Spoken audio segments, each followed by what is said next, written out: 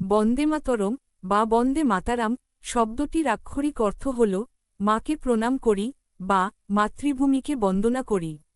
এখানে বন্দে শব্দের অর্থ বন্দনা করা বা প্রণাম করা এবং মাতরম শব্দের অর্থ মাকে মাতৃভূমিকে। জাতীয় স্তোত্র ন্যাশনাল সং বন্দে মাতরম। বঙ্কিমচন্দ্র চট্টোপাধ্যায় 1875 সালের 7 নভেম্বর হুগলির চুঁচুড়ায় এই অমর গানটি রচনা করেন। এটি পরে তার বিখ্যাত আনন্দমঠ 1882 উপন্যাসে স্থান পায়। স্বাধীনতা সংগ্রামে এটি প্রধান স্লোগান ও দেশাত্মবোধক গান হয়ে ওঠে। 1950 সালের 24শে জানুয়ারি গণপরিষদে এটিকে জন গণ মন এর সমান মর্যাদা দেওয়া হয়। 1904 সালে ভগিনী নিবেদিতা প্রথম ভারতের জাতীয় পতাকার রূপদান করেছিলেন। 1904 সালে ভগিনী নিবেদিতা ভারতের প্রথম জাতীয় পতাকার নকশা তৈরি করেন, যাতে বজ্রের প্রতীক ছিল। পরবর্তীতে 1921 সালে পিঙ্গালি ভেঙ্কাইয়া মহাত্মা গান্ধীর অনুপ্রেরণায় চরকাযুক্ত তেরঙ্গা পতাকা তৈরি করেন, যার কেন্দ্রে প্রথমে চরকা। 1947 সালের 22শে জুলাই গণপরিষদে চরকার পরিবর্তে 24টি দণ্ডযুক্ত অশোক চক্র বসিয়ে বর্তমান জাতীয় পতাকার নকশা গ্রহণ করা হয়।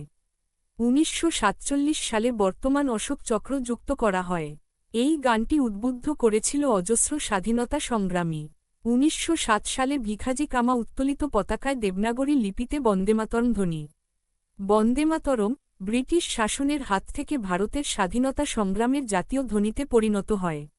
প্রথমে কলকাতা মহানগরীতে প্রধান প্রধান রাজনৈতিক সমাবেশে বন্দেমাতরম ধ্বনি দেওয়া শুরু হয়। এই ধ্বনির তীব্র প্রতিক্রিয়ায় ভীত হয়ে একবার ব্রিটিশ সরকার জনসমক্ষে এই ধ্বনি উচ্চারণ নিষিদ্ধ করে দেয়। এই সময় বহু স্বাধীনতা সংগ্রামী বন্দেমাতরম ধ্বনি দেওয়ার অপরাধে গ্রেফতার হয়েছিলেন।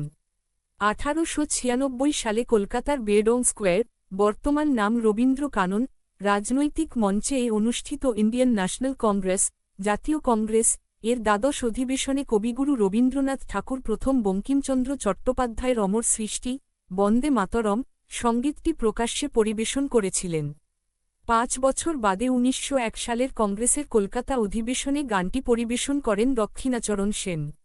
1905 সালে কংগ্রেসের বারাণসী অধিবেশনে গানটি পরিবেশন করেছিলেন সরলা দেবী চৌধুরানী। লালা লাজপত রায় লাহোর থেকে বন্দে মাতরম নামক একটি সাময়িকপত্র প্রকাশ করতেন। 1905 সালে হীরালাল সেন ভারতের প্রথম রাজনৈতিক চলচ্চিত্রটি নির্মাণ করেছিলেন। এই চলচ্চিত্রের সমাপ্তি হয়েছিল গানটির মাধ্যমে। এছাড়া ব্রিটিশ পুলিশের হাতে নিহত হওয়ার আগে মাতঙ্গিনী হাজরার শেষ উচ্চারিত শব্দ ছিল বন্দে মাতরম। স্বাধীনতা সংগ্রামে এটি প্রধান স্লোগান ও দেশাত্মবোধক গান হয়ে ওঠে। 1950 সালের 24শে জানুয়ারি গণপরিষদে এটিকে জন গণ মন এর সমান মর্যাদা দেওয়া হয়। বঙ্কিমচন্দ্র যে বাড়িতে বসে বন্দেমাতরম গানটি রচনা করেছিলেন, সেই বাড়িটি আজ সাধারণ মানুষের কাছে বন্দেমাতরম ভবন নামে পরিচিত। হুগলি জেলার প্রাণকেন্দ্র চুঁচুড়া শহরে গঙ্গার পাড়ে রয়েছে এই বন্দেমাতরম ভবন। এক সময় এই ভবন সংরক্ষণের অভাবে জীর্ণ দশায় পরিণত হয়েছিল। সমাজের সুধীজনদের তৎপরতায় প্রশাসনের উপর চাপ তৈরি হয় বাড়িটির সংস্কার করার জন্য। পরবর্তীতে বাড়িটি সংস্কারের কাজ সম্পূর্ণ হয়।